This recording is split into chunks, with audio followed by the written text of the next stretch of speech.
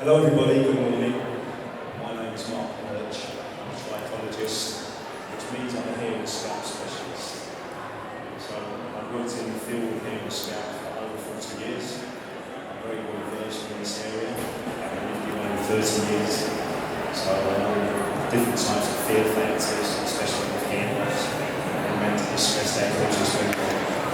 So if anybody's got any questions, afterwards you can speak to me privately as well. So that's fine. So I started my career in London. I qualified in 1985 in the Institute of Trichologists. I'm also a City and Guilds hairdresser. I've worked in all fields of hair and scalp. There are literally hundreds of scalp diseases: psoriasis, eczema, pityriasis, seborrhea, just to name a few. There are many different types of hair loss which people don't realise. Obviously the main concerns are female pattern hair loss, which affects 30% of all women, and over 60% of men sometime in their life will be affected by some form of genetic hair loss, male pattern baldness. There's also medical classifications of nearly 50 different types of hair losses. So hair loss comes in different forms. There are scarring and non-scarring. We can break this down into three categories: metabolic, hormonal, physical and chemical. Now, hair is a massive subject, and most people don't know how to look after their hair or their scalp. I find most people that I ask what type of scalp have you got, they can't tell me. And most people don't know what type of hair they've got either. And the majority of people use all the wrong products. So, having worked in the clinics for many years and seen thousands of different types of hair loss and scalp diseases, it's very important from the beginning that you start with a good foundation, and that's to start with the scalp. And there are so many different myths about the scalp. Oh, I shouldn't wash my hair more than once a week, it dry out the oil glands, Let me tell you, the best conditioned hair and scalp is washed once a day, provided you use a shampoo suitable for your type of hair and scalp. How many times a day do you wash your face? The oil glands and sweat glands are twice the size in the scalp as they are in the face. They are the largest lipid glands, sebaceous glands, and sweat glands in the human body. The scalp has a circumference of 70 centimetres square, containing over 100,000 hair follicles. So it stands to reason, without the oil glands and sweat glands, it gets dirty very quickly. Let's take the Gulf region. This region, we have a huge problem here. Everybody talks about the water. Well, you'd be quite right in saying that, because the water's desalinated, it's hard water, it's alkaline. It contains a lot of calcium, magnesium salts. It contains nitrates, carbonates. It has a hardness of 95 to 100, and dissolvable solids of 127. So it's very important that you take care of your scalp. The combination factor also, we're constantly in air conditioning, which is unnatural, obviously, air. And then most of the time we step out into heat and high humidity. So a lot of people complain when they come to the region, in the Gulf region especially, they use a lot of hair loss. So that comes back to my first question. Taking care of the scalp is very important. And hair loss is a massive psychological aspect to everybody. Reason being, it's the biggest cosmetic surgery today, for men and for women. It's not facelift, it's not breast implants, it is hair transplants. So it's very important we know how to maintain our scalp and look after our hair if we want good hair growth, to achieve maximum density and maximum volume. So we've devised a 4-step program, which is very simple and logical, how to take care of your hair and your scalp. Okay, so the first thing, obviously, before you can do anything, you have to clean your scalp. And most people don't know how to clean their scalp.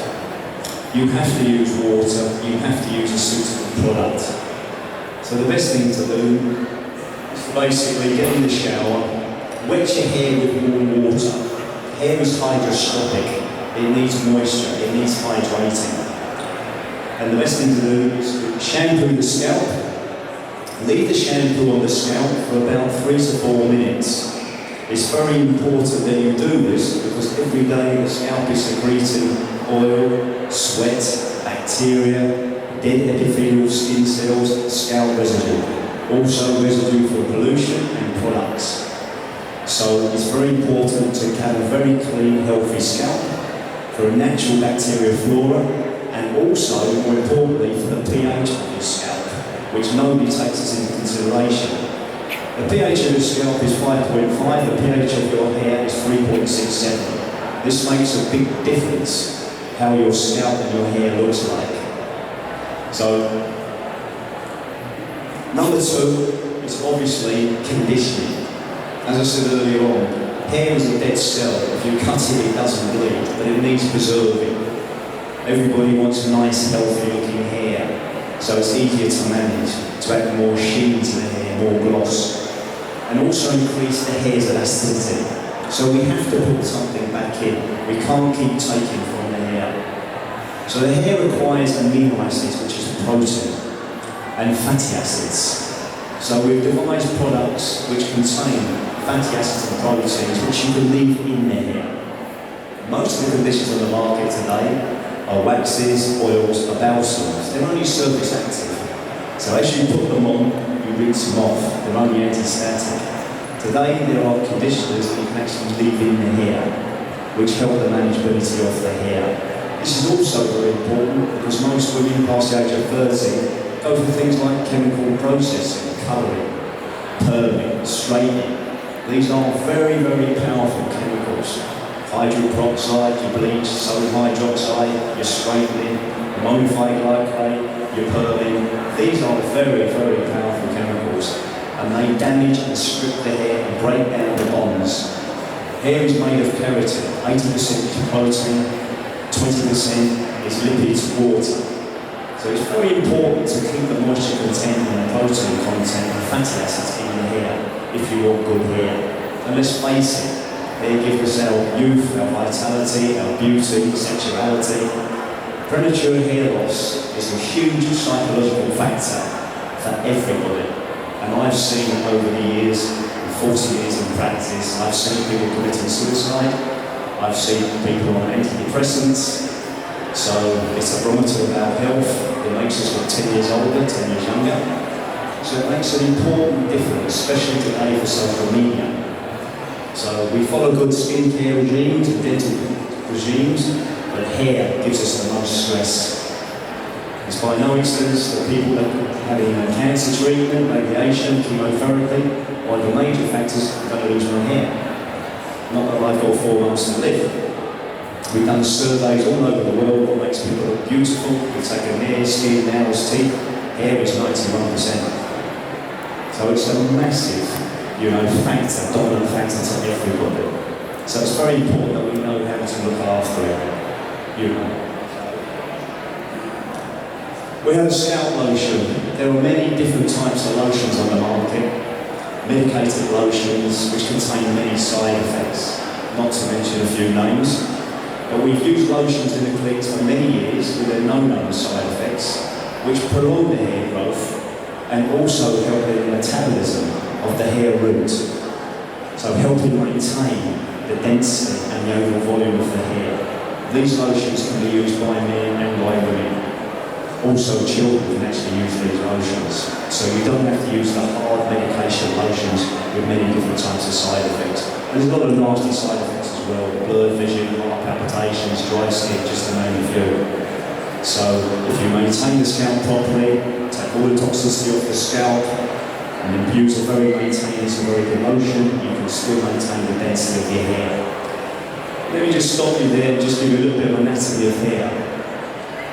On the human scalp of 70 centimetres square, there's an average of 100,000 hair follicles.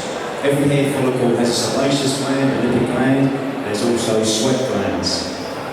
The hair's thickness is one of the thickest in the human body, over 8 millimetres. So again, it's very important to take care of the scalp, and then the hair will take care of itself. I'm not a great anniversary of vitamins, but when you need to take them, they're very useful. So it's always important to follow a good mixed balanced diet, breakfast, lunch, dinner, meat, fish, fruits, vegetables. But because of all the nutrients, the vitamins, the minerals go to the major organs, heart, liver, lung, and the hair is not a vital organ, it gets missed out in a lot of the nutrients, which is very important for its growth cycle. So after many years of research and development, we have devised certain supplements which are only essential for hair growth, for the optimal level and percentages. So they're very useful for women because most people will be lacking in iron and zinc and vitamin B. So we've devised certain vitamins for women what they can take, so they don't have to take various different types of vitamins and don't know what they're taking, and the same thing for men. Also involved in the male vitamins is also very strong natural DHT inhibitors to slow down hair loss for the males. Okay, the proof of the pudding is in the eating. I'm 64 years old. A multinational once come to me and tried to trick me. They said to me, a man of your age can't grow your hair more than 36 inches. I said, we'll take a bet on it, but you give me 1 year's free advertising. I said, you're on. I said, okay. In just under 3 years, the hair actually grows ½ inch a month, 6 inches a year, 0.35 millimetres a day, 1.25 centimetres a month, 15 centimetres a year. Fastest growth is in Asians, 1 to 6 years. Next is Europeans, from 1 to 4 years. So the average growth is ½ inch a month. I was growing my hair at 1 inch a month for 3 years. My hair was tested for the porosity, for the density, for the elasticity, and over 1 inch a month, I ended up winning the bet very easily at 64 centimetres at 63 years old. It's only because I followed a very rigid hair care regime. So, again, it's all about taking care of the scalp. Obviously, nutrition is very important. Lots of medications today can disturb the growth cycle of the hair. Although it's the second fastest cell producer in the human body, it's easily disturbed. A lot of things today, like antidepressants, birth control, beta blockers, blood thinners, all this has a major effect on hair growth. Thyroid, continuous smoking with DHT, excessive alcohol, many things can disturb the growth cycles of hair. So it's a complete education on how to look after it, and most importantly, how to maintain it. Okay, I'm just going to show you some case history. Obviously there's thousands over the years. This was a 37-year-old gentleman who had something called diffuse alopecia. And within the space of 6 months, using the triple action scalp therapy lotion, after we got his scalp in good order, we started to see a lot of new terminal hair. So we reversed it very quickly. Once you lose the hair becomes dormant and the scar tissue, there is nothing you can do. But even when you're losing hair, with a DHT, whether it's menopausal hair, whether it's adolescence or male pattern baldness, you can still reverse cycle if you do it very quickly and you maintain it properly and you control the DHT level. This is a lady who's basically past menopause. She was losing hair at the front. Female pattern hair loss affects 30% of all women. During menopause, obviously the female hormone estrogen drops. The masking effect against the anagen level comes up, testosterone in the scalp kicks in. The dehydrotestosterone sticks to the side of the follicle, which is the receptor side, makes the follicle shorter and shorter, the hair becomes thinner and thinner. It's very important before you reach menopause that you build up a safety net. So when the hormone level does drop, it doesn't drop completely down. So you can pick up the growth cycle, the anagen cycle, very quickly to maintain the hair. It's no good trying to do everything afterwards. It's all about maintaining the scalp, your nutrition, your general health before you actually get there. These are processes of life which you know are going to happen, so you can't get away with it, so safeguard to that. This is another gentleman, again, he was using a very strong medication, which is a lot of fear factor. If I stop using it, I'll lose my hair. I took him off it immediately, and within the space of 6 months, we started to grow a lot of new terminal hair. And when I talk about terminal hair is the hair on the scalp.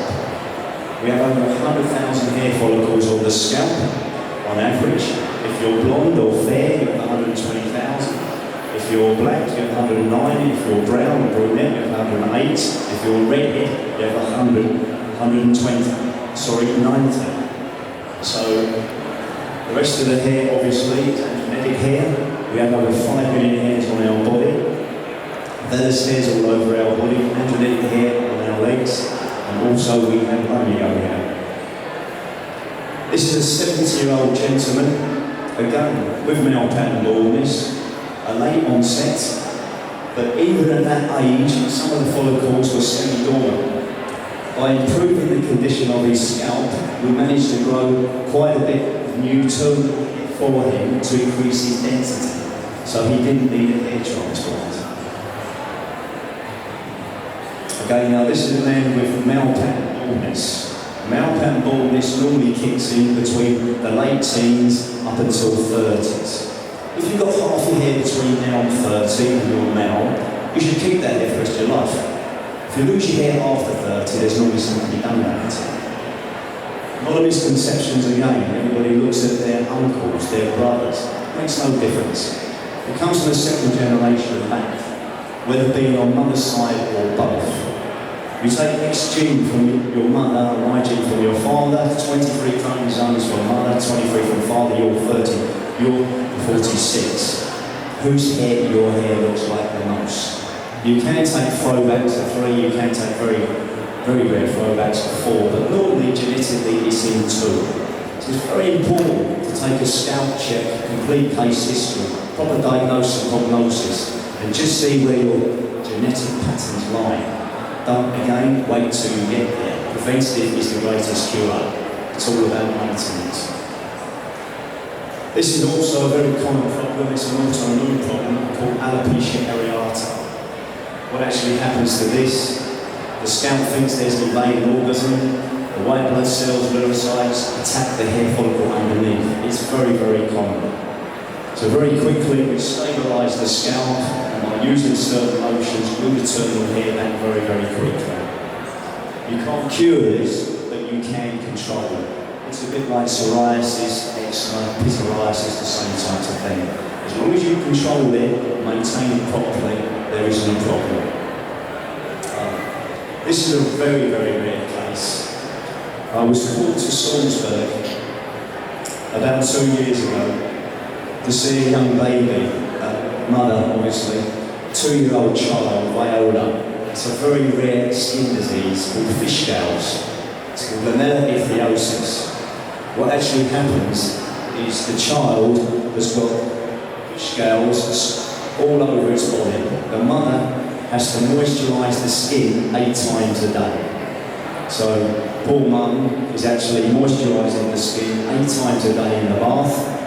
If she doesn't, it cracks, splits and bleeds and is very irritable for the child. We gave her a product which is a very strong antibacterial, antifungal, anti-inflammatory, and now that's all the child will use for the rest of his life, for her life. So no cortisone, no harsh, basically medicated shampoos, just very raw active material, so this child can manage her skin complaint for the rest of her life. Okay, so we come back to the male pattern baldness. This guy was on a very severe drug. We took him off and started to grow his hair. By the way, he's got a lot more hair than that today. So he should have gone into what we call an AA4, a male pattern. But today he's got most of his hair back. So that was quite a nice result. So basically, we follow a 4-step program. The most important thing is to cleanse the scalp. Next, we want to look after the hair. So we make the hair, we strengthen the hair by using various different types of conditioners and hair masks containing a lot of fatty acids and proteins. And then the next thing we want to do is activate the scalp to maintain the hair growth. And then the next part of the 4-step program is obviously nutrition. We've worked with these products for many, many years in the clinics on the most severest types of scalp disorders and hair loss problems. They was not made for commercial market. You had to see a specialist to have them. They're all pH balanced, and there are no known side effects to none of them. Quality assurance is critical in every stage of research and development and manufacture of our range of products. And they've treated thousands of people over the years from all different regions, not just from the Gulf. So, as I said earlier on, it's very, very important to take care of the scalp, because the healthier the scalp, the better the hair growth.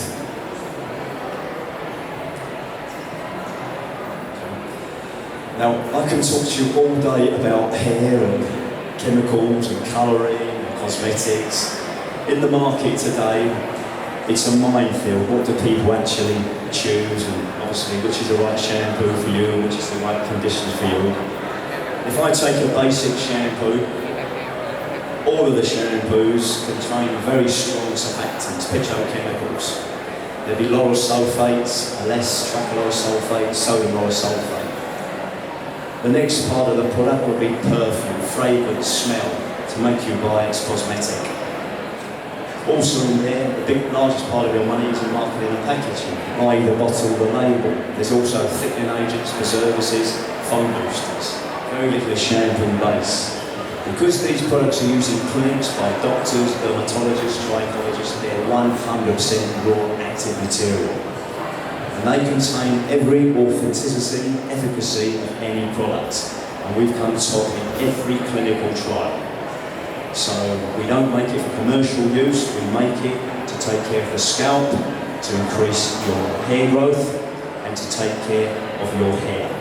So we work on all races, on all scalp diseases, on all hair loss problems, and all hair conditions. And less is more. A lot of the products, you'll see many different types of ingredients, fragrances, there's parabens, there's silicones, there's acrylates, just to name a few. All of these are very harsh chemicals which cause toxicity to your scalp. Last couple of years, from Miami University, a research team, under a compound microscope over a couple of years, was researching all the different chemicals in shampoos in the market and how it was increasing so much hair loss. So as I said earlier on, it's hard enough looking after your hair and scalp without adding a lot of chemicals that you don't need to it and disturbing and creating your own hair loss, which is a lot of it is self-inflicted. So here the shampoo we've got is perfectly pH for the water, because we've studied the water, we know the chemical composition, we know the environmental conditions of this region. You have to change your hair care regime to your skin care regime to the environment where you're living. So this is, wherever you're living in the world. If you live in London, the water's very hard, it's much more damper climate. Here, it's more extensive heat, it's more humidity. And this is what people don't take into consideration. You don't know what type of skin they've got. Oily skin, dry skin, combination skin. They know what type of cleansers to use, moisturisers to use, toners to use. Talk about the scalp. I go to the pharmacy, I'll see 50 bottles, I'll choose the nicest shape bottle, the nicest smell. She'll come home, she'll put it on the bath. Husband will have an oily scalp, she'll have a dry scalp, child will have a flaky scalp, you'll all use the same products. All expected to have good hair growth and good conditioned hair. It doesn't work like that.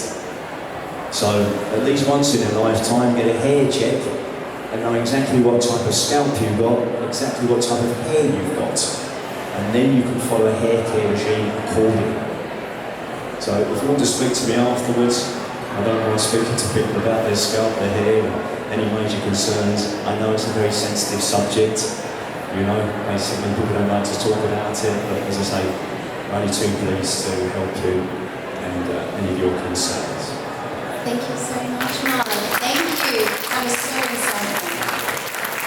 If you've got time now, does anyone have any questions? Yes, if you have, just a couple. Hello, thank you for Alexander. Could you please tell us, we do understand about the care of the hair, but what about if you have deficiency of some minerals? Right.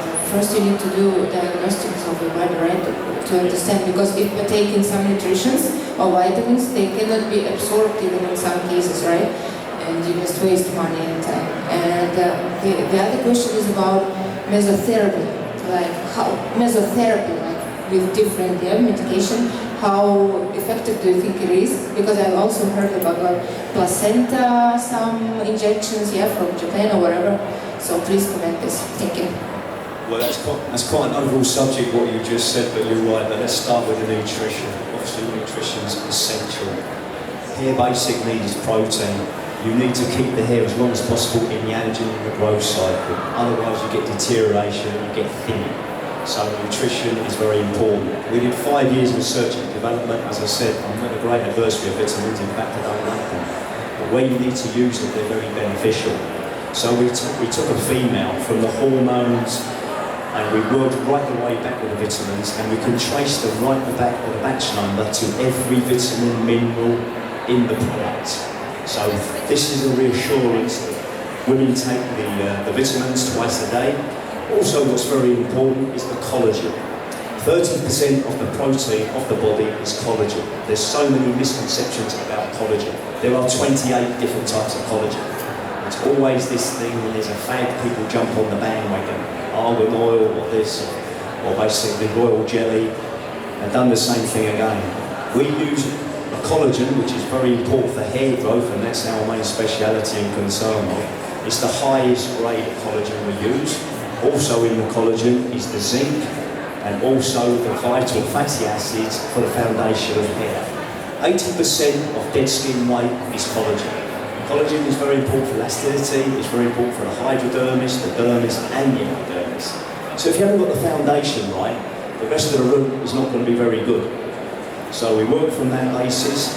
Obviously, we need all the other essential minerals as well. Vitamin B is very important for hair growth. Iron is very important for hair growth. Zinc is essential mineral for hair growth. So we also have those in the vitamins to the optimum maximum level, specifically targeting the anagen cycle. So again, this is very important as well. The therapy, again, PRP, hair transplant, MedSafe, it's a minefield again. You've got to do your research, check out the most competent surgeons, specialists, know the treatment, ask past patients as well, because again, there are a lot of these treatments that you don't actually need. So again, it's looking at yourself as an individual, looking at your scalp, looking at the texture, the type of hair you've got, and getting the required treatment for that specific type of problem. Again, we've got a thing there called PRP, platelet-rich plasma, which is massive. Another that's come through the forefront there. Growth factors, which stimulate stem cells. A lot of PRP doesn't work. I'll tell you why. Because without testing the blood, taking the bloods, and the maximum amount of red blood corpuscles of 800,000, doesn't matter what you're injecting in your scalp, it won't take. So it's all about, take the blood, put it in the centrifuge, smash it up, bring it out, the Buffy curve, the white blood corpuscles, red blood corpuscles, the Buffy lab, it's all about in the filter. So again, it's good to go to see a very top specialist if you're going to have that done. I know people have had PRP 3 times a month, which is nonsense. It's the same thing with hair transplants. When you go for hair transplants, again, assess the scalp. Which type of transplant is suitable for you? Will it be FUT, follicle unit transplant, FUE, follicle unit extraction, micrografting, mini-grafting, or robotic?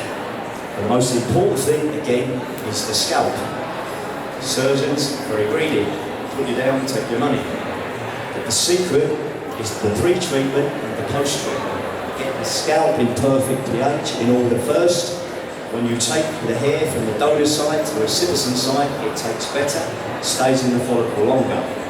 Up to 30% of hair grafts, when it's transplanted, come out within the first year. That's because the scalp isn't healthy. So you've gone there, you want to keep the maximum amount of grafts because you want the maximum amount of density and volume on your scalp. So again, this is very important to get very good advice about the scalp before you run off and have all these different types of procedures. Thank you very much, Mark. Thank you. you. You have a booth here, correct? Amazing. Please come and search for Mark's booth. I will. For sure. And we're getting ready for our next chat, starting shortly, so please get comfortable. Thank you very much. Gratitude clap, please, everyone.